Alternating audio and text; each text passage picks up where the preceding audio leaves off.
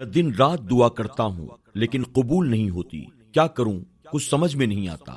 آج کل اکثر لوگوں سے یہی باتیں سننے کو ملتی ہے۔ آخر وجہ کیا ہے؟ ہماری دعائیں قبول کیوں نہیں ہوتی؟ دراصل دعا کی قبولیت کی کچھ شرطیں ہیں جن کا خیال رکھنا بہت ضروری ہے۔ ہم ان باتوں کا اہتمام اپنی دعا میں نہیں کرتے۔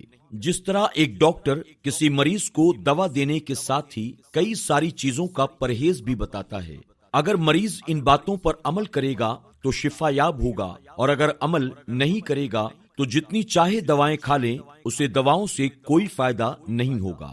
اسی طرح دعاؤں کی قبولیت کی بھی کچھ شرطیں ہیں جو قرآن و سنت سے سیکھنے کو ملتی ہیں۔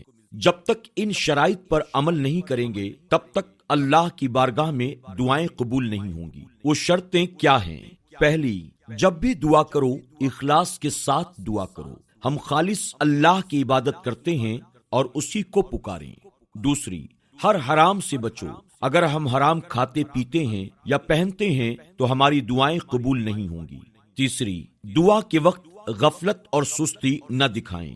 دعا مانگنے والے کا ذہن دعا میں مشغول ہونا چاہیے۔ اللہ کسی غافل اور لاپرواہ دل سے نکلی ہوئی دعا کو قبول نہیں فرماتا۔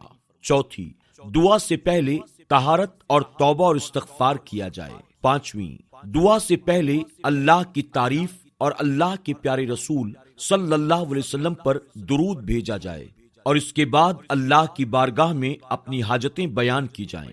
چھٹی، سجدے کی حالت میں دعا کرو کہ سجدے میں کی گئی دعاؤں کو اللہ جلد قبول فرماتا ہے۔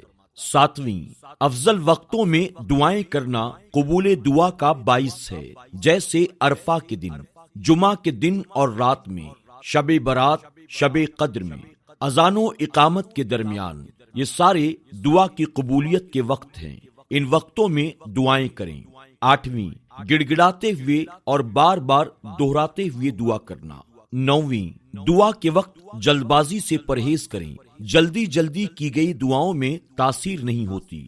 دسویں، ارشاد باری تعالیٰ ہے کہ اور تمہارے رب کا فرمان ہے کہ مجھ سے دعا کرو، میں تمہاری دعاؤں کو قبول کروں گا۔ یقیناً سچے دل، خشوع اور خضوع اور توبہ کے ساتھ کی گئی دعاؤں کو میرا کریم کبھی رد نہیں فرماتا۔ یاد رکھیں، جب بھی دعاؤں کے لیے ہاتھ اٹھائیں تو صرف اپنے لیے ہی نہ مانگیں بلکہ اپنے بھائیوں کے لیے، رشتہ داروں کے لیے، بالخصوص اپنے والدین کے لیے، کل امت مسلمہ کے لیے دعائیں کریں۔ اللہ رب العزت ہماری دعاؤں کو شرف قبولیت عطا فرمائے اور ہم پر اپنا فضل و کرم نازل فرمائے۔ آمین یا رب العالمین۔